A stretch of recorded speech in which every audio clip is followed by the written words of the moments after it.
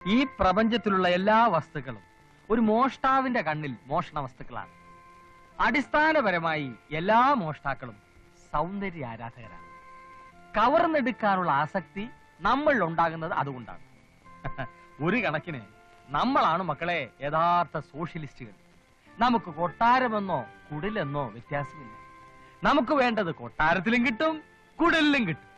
ഒരു നാട് ഭരിക്കാൻ വലിയ കഴിവൊന്നും വേണ്ട, പക്ഷെ ഒരു നാട് മുടിക്കാൻ കഴിവ് വേണം. ആശാനെ, പ്രധാനമായി എന്തൊക്കെ ആയുധങ്ങളാണ് ഈ ജോലിക്ക് കയ്യിൽ കരുതേണ്ടത്? കല്ല്, കത്തി, കമ്പി, ചുറ്റിക, ഇഷ്ടിക, കോരിക, പല്ല്, പുല്ല്, എല്ല്, എന്തിന് ഒരു കഷ്ണം നൂല്, ഒരു സൂചി പോലും നമുക്ക് ആയുധങ്ങളാണ്. എന്ത്, എവിടെ, എപ്പോ, എങ്ങനെ പ്രയോഗിക്കണം എന്നുള്ളതാണ് പ്രശ്നം. ഇതെന്താണ്? ബ്ലേഡ്. ക്ഷൗരം നടത്തിയിട്ട് വേണോ ഈ പണിക്കിറങ്ങാൻ? താടി മുഖേന പിടികൊടുക്കാതിരിക്കാൻ മുഖക്ഷൗരം അത്യാവശ്യമാണ്. ഇത് വലിയൊരു ബ്ലേഡിന്റെ ചെറിയ ചെറിയ കഷ്ണങ്ങളാണ്. ഇതിനൊരു നിസാര വസ്തുവായി കാണരുത്. ലക്ഷം രൂപ സൂക്ഷിച്ചു വെച്ചിട്ടുള്ള ഒരു തുകൽ സഞ്ചി അറുത്ത് കീറാൻ ഇവനൊരു കഷ്ണം മതി. ഇതിനെ ഇങ്ങനെ വിരലുകൾക്കിടയിൽ ഒളിപ്പിച്ചു വെക്കണം. കണ്ടോ, ഒരേ ഒരു തലോടൽ, സംഗതി ക്ലീൻ. നിരന്തരമായ പരിശീലനം ഇതിനാവശ്യമാണ്. ഏകാഗ്രത കൈവെടിയരുത്. മോഷണം ഒരു കലയാണ്, ശാസ്ത്രമാണ്. ശക്തിയല്ല, ബുദ്ധിയാണ് ഈ ശാസ്ത്രത്തിന്റെ അടിസ്ഥാന ശില. മോഷ്ടിക്കപ്പെടേണ്ട ആളെ തിരഞ്ഞെടുക്കുന്നതിന് നമ്മൾ അവന്റെ മനസ്സറിഞ്ഞിരിക്കണം. ആകാശം നോക്കി നടക്കുന്നവൻ, ഭൂമി നോക്കി നടക്കുന്നവൻ, പകൽക്കിനാവ് കാണുന്നവൻ, പെണ്ണുങ്ങളുടെ വായി നോക്കി നടക്കുന്നവൻ, ഇങ്ങനെയുള്ളവരെ വേണം നമ്മൾ തിരഞ്ഞെടുക്കാൻ.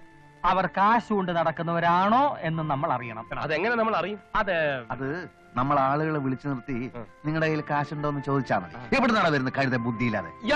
Silence please. മോഷ്ടാക്കൾക്ക് ഡിസിപ്ലിൻ അത്യാവശ്യമാണ്. നമ്മുടെ ജന്മശത്രുക്കൾ പോലീസാണ്. അബദ്ധവശാൽ പോലീസിന്റെ പിടിയിലെങ്ങാൻ പെട്ടുപോയാൽ നമ്മൾ അതിവിനയ കുനിയന്മാരായി അഭിനയിക്കുക. മറിച്ച് ആക്രമികൾ മറ്റു വല്ലവരുമാണെങ്കിൽ ഈ ബ്ലേഡിന്റെ കഷ്ണങ്ങൾ വായ്ക്കകത്താക്കി വെച്ച് ആക്രമിയുടെ നേർക്ക് ശക്തിയെ തുപ്പുക. അവന്റെ മൂക്കും കണ്ണും ഒക്കെ കീറി അതോടെ അവൻ ഔട്ട്. അപ്പോ ഒറ്റ തുപ്പിന് ഈ ബ്ലേഡ് കഷ്ണങ്ങൾ പുറത്തേക്ക് വന്നില്ലെങ്കിലും ഒഴുകിക്കളയ, അതോടെ നീ ഔട്ട്. മോഷണം നടത്തുന്നതിനിടയിൽ ആകസ്മികമായി ആക്രമണം ഉണ്ടാക്കാൻ ഇടയുണ്ട്. കയ്യിൽ അപ്പ കിട്ടുന്ന സാധനങ്ങൾ ഉപയോഗിച്ചായിരിക്കും ആക്രമണം നടത്തുക. ഏത് തരം ആക്രമണം ഉണ്ടായാലും അതിൽ നിന്നും ഒഴിഞ്ഞു മാറി സ്വന്തം തടി രക്ഷിക്കാൻ നമ്മൾ ബാധ്യസ്ഥരാണ്. അടിച്ചോളൂ, ഞാൻ ഒഴിഞ്ഞു മാറി കാണിച്ചു തരാം.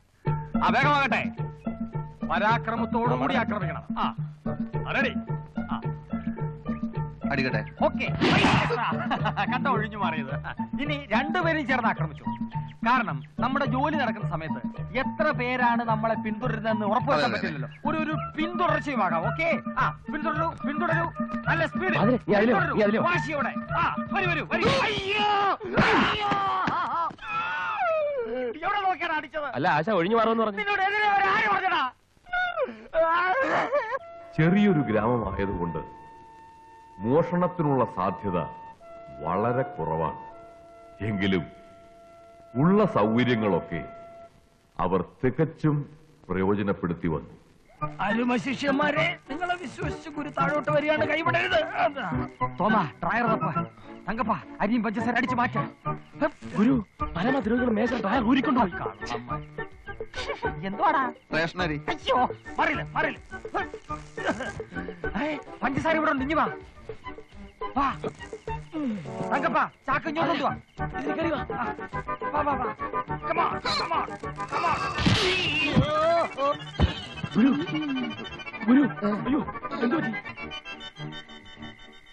സ്റ്റോക്ക് തീർന്നു. ഇതും കഴിച്ച് വേഗം അങ്ങ് സ്ഥലം വിട്ടോ. സൂര്യൻ ഉദിക്കാറായി. ഉദിക്കട്ടെ. ഇന്നിവിടെ സൂര്യൻ അസ്തമിക്കാത്ത ബ്രിട്ടീഷ് സാമ്രാജ്യമാകും ഞങ്ങള്.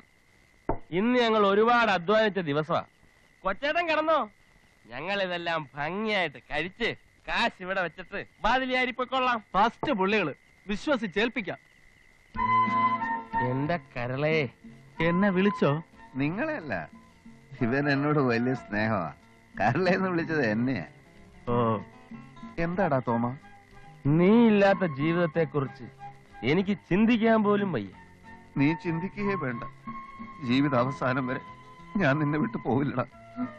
നിന്റെ അപ്പന്റെ ഒപ്പം നിൽക്കാനുള്ള കെൽപ്പ് എനിക്ക് എന്നുണ്ടാകുന്നു ആ നിമിഷം ആ വെള്ളം അങ്ങ് വാങ്ങി വെച്ചേര്.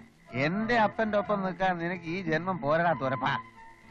അരച്ച കരിയും 5 കിലോ പാമായിലും 3 കിലോ ഗോതമ്പും മോഷ്ടിച്ച് അത് 3ആയി വീതിച്ച് വിറ്റ് കിട്ടുന്ന കാശ് കൊണ്ട് ഞാൻ എന്നാ രാധികയെ നിന്നെ കെട്ടുന്നത്?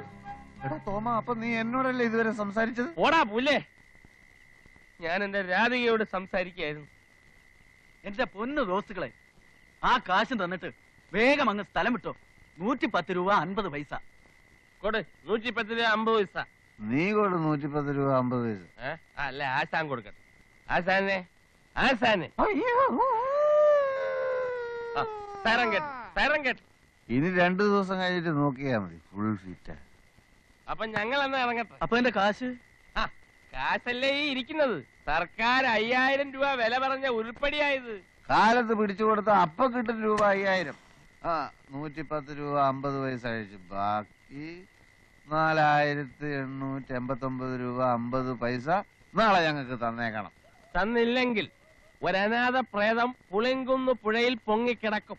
അതിനിടയാക്കരുതേ കൊച്ചേട്ടാ. Good night. എന്റെ കർത്താവേ.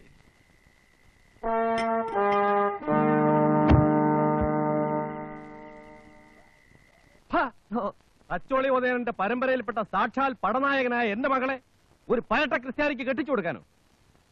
എന്റെ ഉപ്പും ചോറും തിന്നിട്ട് ഇത് എന്നോട് പറയാൻ നിനക്ക് എങ്ങനെ ധൈര്യം വന്നടാ ഏഭ്യ?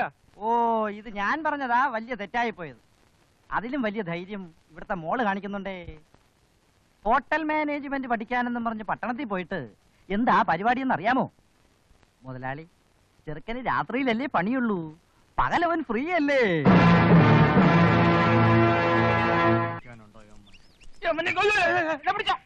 വേണ്ട, ഞാൻ നിങ്ങൾ എവിടെല്ലാം അന്വേഷിച്ചു.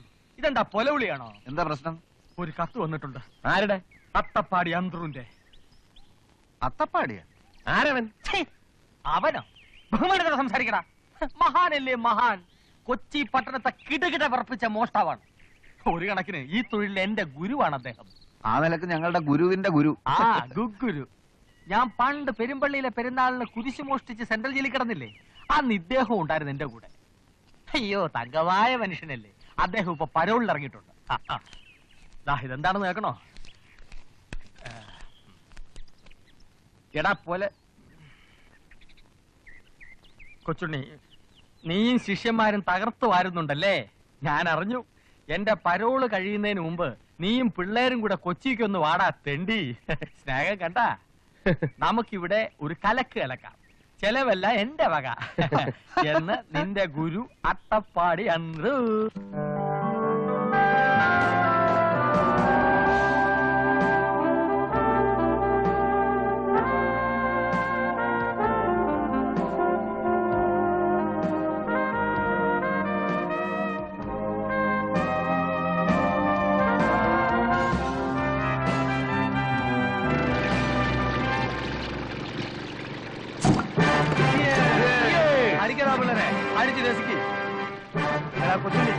നീ നിന്റെ പിള്ളേരെ ശരിക്ക് തൊഴിൽ പഠിപ്പിക്കുന്നുണ്ടോ? പിന്നെ നല്ലോണം പഠിപ്പിച്ചു കൊടുത്തിട്ടുണ്ട്.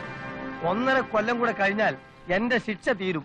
പിന്നെ നമ്മൾ ഒരുമിച്ചൊരു മോഷണം നടത്തും. തീർച്ചയായും. മൂപ്പരെ നിനക്ക് ശരിക്കും മനസ്സിലായോ?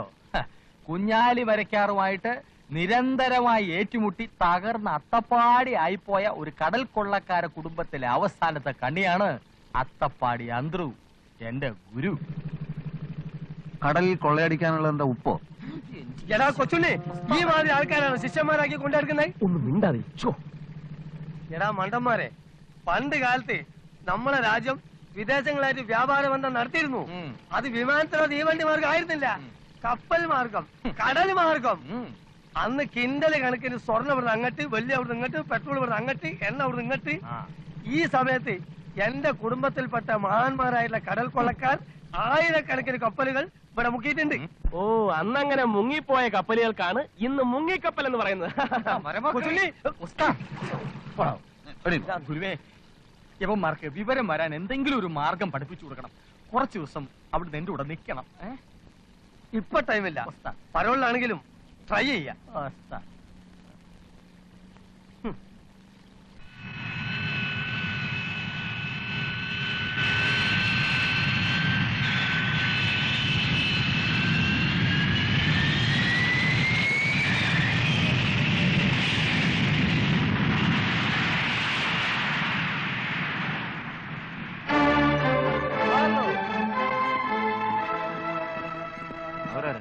എനിക്കറിയില്ല. ഹലോ, ഇത് തുമ്മിക്കുഞ്ഞ്, ഇത് കുര്യച്ചൻ. എന്റെ ബ്രദേഴ്സാണ് ശങ്കർ, സുധീർ. ഇവർ നമ്മളുടെ കൊച്ചിൻ ഏജൻസാ. ഇത് പി എ മണക്കാട്. ഹലോ.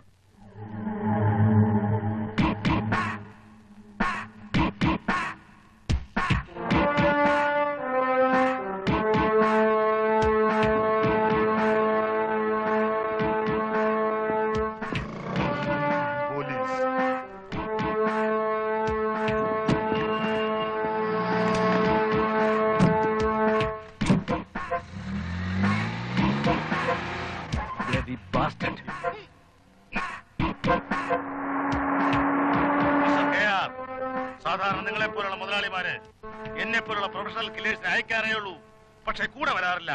നിങ്ങൾ അത് ചെയ്തു, അതും പട്ടാപ്പകൽ. നിങ്ങളുടെ ധൈര്യത്തെ ഞാൻ അഭിനന്ദിക്കുന്നു. തും ഏക് വീർ യോദ്ധ ഹൈ. അവരങ്ങനെ രക്ഷപ്പെടാൻ പോകുന്നില്ല. സിന്ദഹി കി സവാൽ ഹേ.